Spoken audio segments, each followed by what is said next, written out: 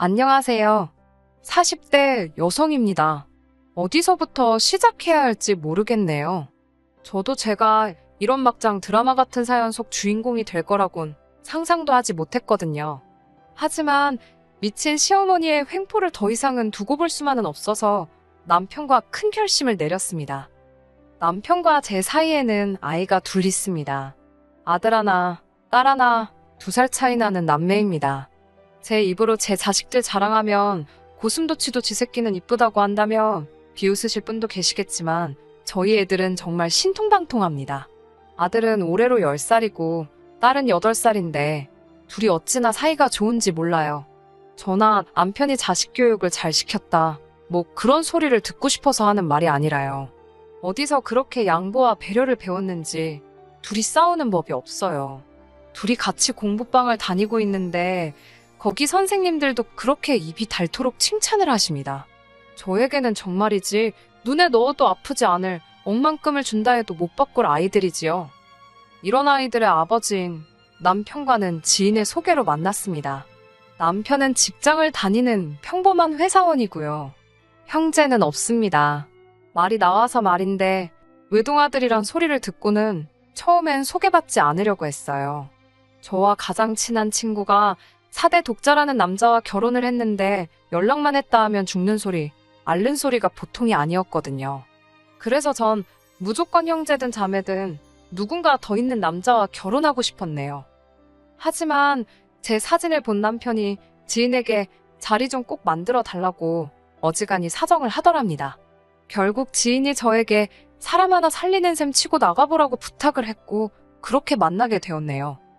솔직히 외동아들이라고 해서 이기적이진 않을지 잘난 척을 하진 않을지 만나기 전까진 정말 별의별 상상을 다 했었어요. 그런데 막상 만나본 남편은 너무 괜찮은 남자였습니다. 어떻게든 저에게 잘 보이려고 전전긍긍하는 모습이 귀여웠고 무엇보다도 카페나 식당에서 직원들을 대하는 태도에 예의가 갖춰져 있었지요. 사실 저한테 잘하는 것도 중요하지만 다른 사람들을 어떻게 대하는지만 보고도 이 사람이 어떤 사람인지 어느 정도 파악할 수 있잖아요. 그런 면에서 남편은 합격이었지요. 이후로도 남편은 일주일에 2번씩 꼬박꼬박 데이트 계획을 세우고는 저를 불러냈습니다. 물론 저도 그런 남편이 싫지 않았기에 항상 즐거운 마음으로 남편을 만났고요. 그렇게 저희는 얼마 지나지 않아 사귀는 사이가 되었습니다. 이미 그 당시 남편은 33, 저는 31로 적은 나이가 아니었기에 결혼을 전제로 한 만남이었지요. 결혼을 전제로 한 어른들의 연애였던 탓인지 저희 둘의 관계는 빠르게 깊어져 갔습니다. 사귄 지 8개월 만에 남편은 프로포즈까지 했고요. 반지가 든 상자를 얼마나 오랫동안 몸에 지니고 다닌 건지 상자 모서리가 다 해져 있을 정도였지요. 아무튼 프로포즈까지 받고 나서야 비로소 시부모님을 만나 뵙게 되었습니다. 남편이 촌스러운 부분이 있긴 했어도 워낙 성실하고 예의범절이 몸에 밴 사람이었기에 막연히 시부모님 되실 분들도 좋은 분들일 거라고, 교양 있는 분들일 거라고 기대했네요. 하지만 이제 와서 하는 말이지만 어떻게 저런 부모에게서 남편 같은 사람이 나왔을까 싶을 만큼 너무 구시대적인 발상을 가지신 옛날 분들이셨어요.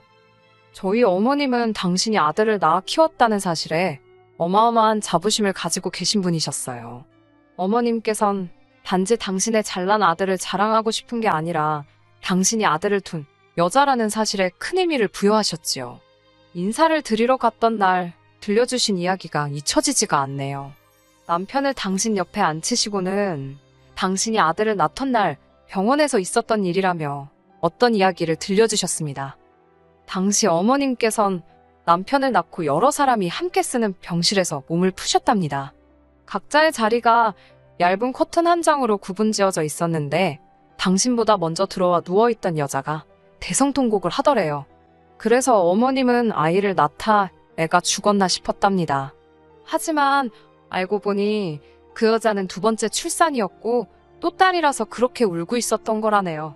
그 집 시부모 집까지 와서 아이고 소리를 해대는데 어머님도 그 여자가 딱 하더랍니다. 차라리 애가 나오다 죽었으면 동정이라도 받지 싶어서요.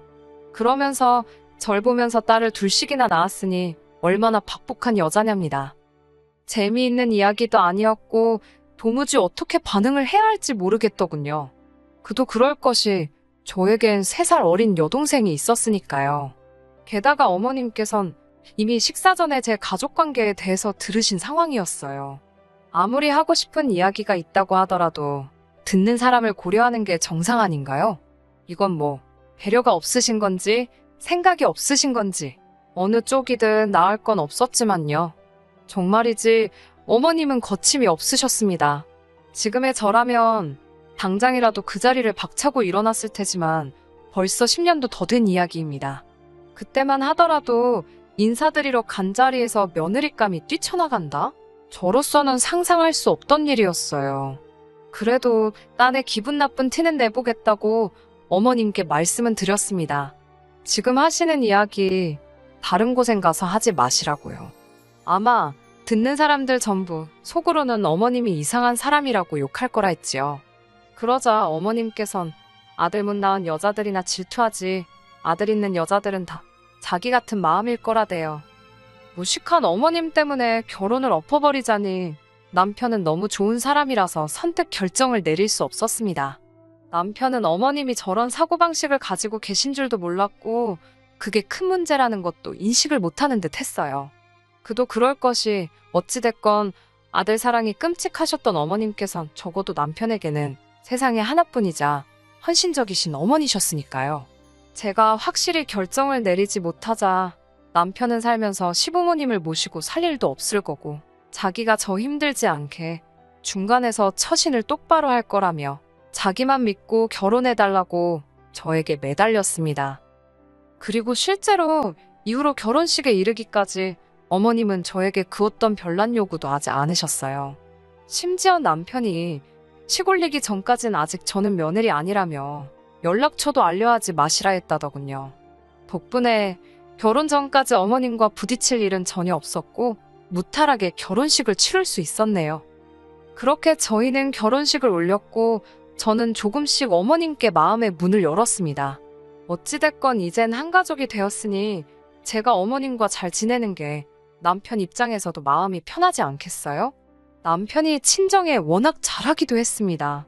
자기가 알아서 안부 전화도 드리고 아버지께 먼저 낚시를 가자거나 산에 가자거나 사실 저희 아버지께서도 아들이 있는 친구분들을 종종 부러워하시긴 했어요.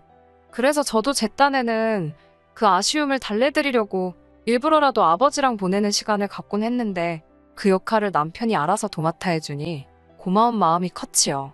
그리고 남편의 그런 모습을 지켜보고만 있을 수는 없었고요.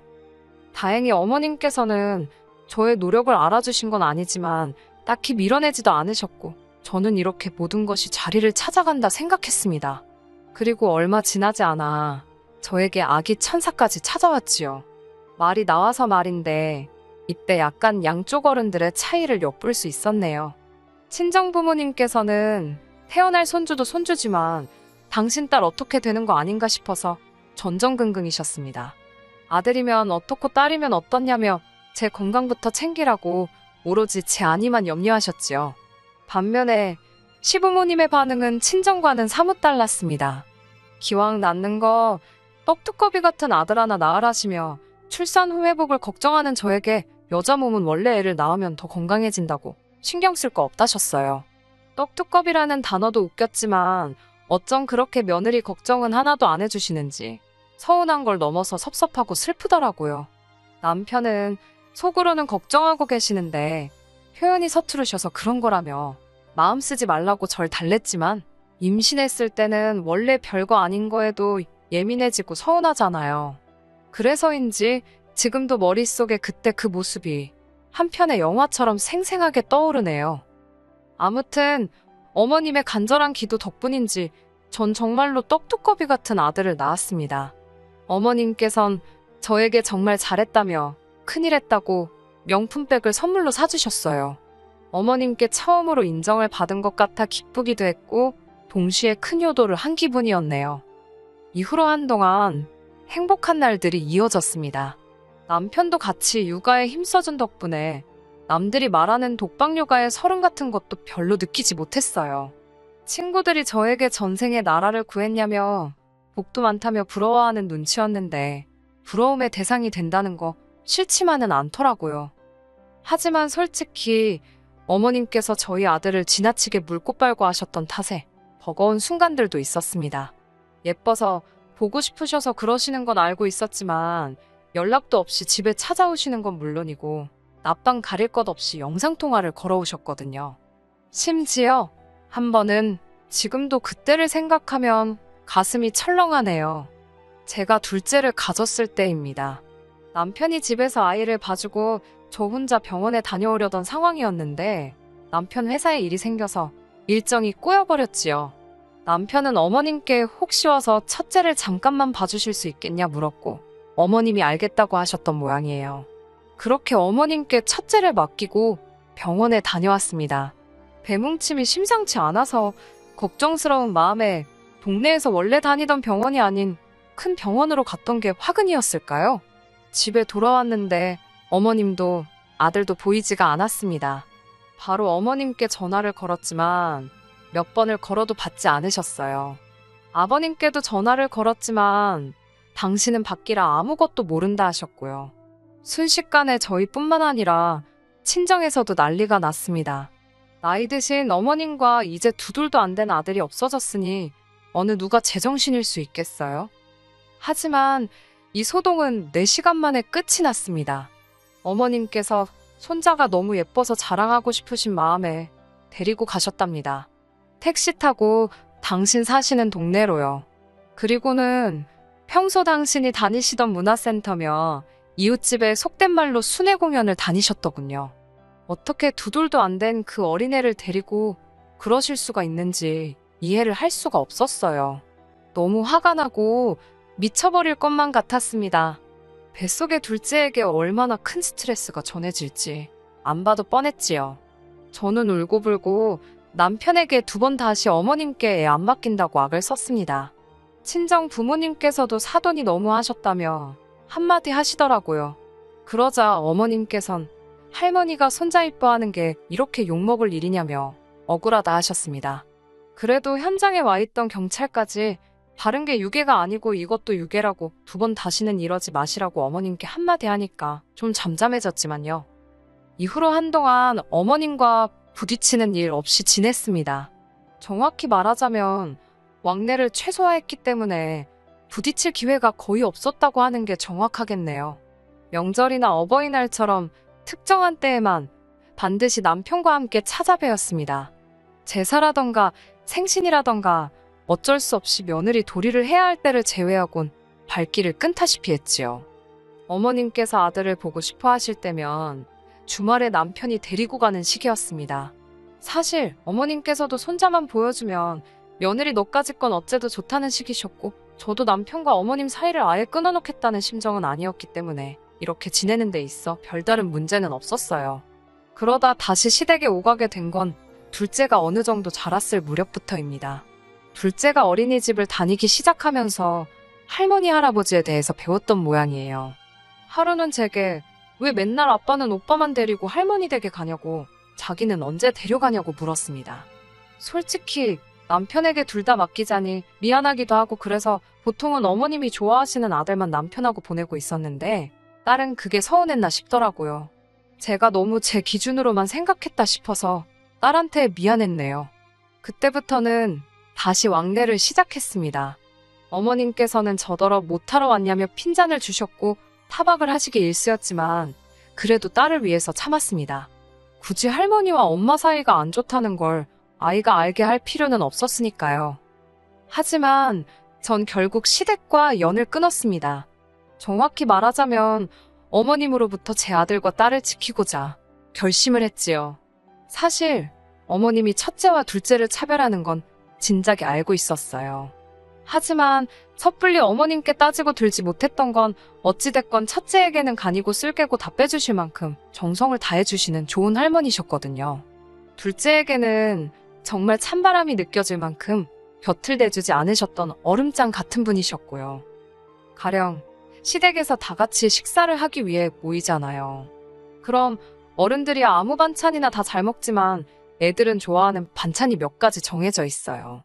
보통은 소세지, 계란모 이런 건데 저희 애들은 개 중에서도 특히나 소세지를 좋아합니다. 집에서 소세지를 해주면 늘 똑같은 개수로 나눠주고요. 그러면 또 첫째는 자기가 나름 오빠라고 둘째한테 한 개나 두 개는 양보를 해요. 둘째는 둘째대로 고맙다고 오물오물 음식을 씹으며 대답을 하는데 입안에 밥풀이 다 보여도 제 눈엔 그게 그렇게 예뻤어요. 오누이가 사이가 좋으니 기쁘지 않을 엄마가 어디 있겠어요? 그런데 어머님께선 소세지 반찬을 준비하시곤 꼭 첫째만 주셨습니다. 당신 옆에 그릇을 놓고는 첫째가 밥 한 술 뜰 때마다 하나씩 집어주셨어요. 둘째가 할머니 저도 주세요 하니까 넌 여자애가 무슨 식탐이 그렇게 많냐며 무안을 주셨지요. 애들이 어려도 누가 누구 싫어하는지는 다 알아차리거든요. 할머니가 둘째를 미워한다고 생각했는지 첫째가 삐져서는 그 좋아하는 소세지를 더는 안 먹더라고요. 첫째도 나름대로 속이 있는 거였지요. 이뿐만이 아닙니다. 걸핏하면 말투 가지고, 앉아있는 자세 가지고, 하다못해 생리현상 가지고, 솔직히 10살도 안 된 애가 실수를 안 하는 게 이상한 거 아닌가요? 그런데 꼭 같은 실수를 해도 딸한테만 그렇게 구박을 하셨습니다. 차라리 엄마인 저한테 뭐라고 하시면 좋겠는데 그것도 아니고 애한테 뭐라고 하시니까 결국 언젠가부터 첫째고 둘째고 안 데려가게 되었습니다. 남편에게도 못 데려가게 했어요. 애들 교육이 안 좋다고, 이거 정서적 학대라고. 남편은 자기 부모님이 아기가 있어서 그러는 것도 아닌데 아예 애들을 안 보여드리는 건 너무한 것 같다며 저에게 서운함을 표현했습니다. 그래도 저에게는 어머님 아버님이 서운해하실 것보단 제 자식들이 건강하게 자라는 게 중요했어요. 그렇게 한두 달쯤 지났을까 어머님께서 저희 집으로 쫓아오셨더군요. 쫓아오셨다고 말하는 이유는 정말 벨도 누르지 않으시고 현관문을 미친 듯이 두들기셨거든요. 게다가 경찰까지 대동을 하셨더라고요. 나중에 알고 보니 제가 당신 손자를 납치해갔다고 신고를 하셨답니다. 황당하고 어처구니가 없어서 제가 그 납치당한 손자의 엄마라는 이야기는 못 들으셨냐고 경찰에게 물으니 경찰도 어이가 없는지 어머님께 화를 내더라고요. 지금 장난치시는 거냐고, 공무집행방해 현행범으로 체포가 되셔야 정신 차리실 거냐고요. 하지만 어머님께선 그런 경찰과 저를 뚫고 집 안으로 뛰쳐들어가셨어요. 그리고는 제 아들을 들쳐업으시곤 저더러 너는 네 딸이나 끼고 살라고 네가 뭔데 할머니랑 손자 사이를 끊어놓으려 드냐입니다. 당신 아들 씨하시고 핏줄인데 네가 뭔데 난리냐며 저에게 악을 쓰시더라고요. 쓸데없이 계집을 낳아가지고 차별이네 뭐네 헛소리나 나오게 만들었다나요. 당신 손녀가 바로 앞에 있는데 어쩜 저런 잔인한 말을 거리낌 없이 해대실 수 있는지. 그때 남편 목소리가 들렸습니다.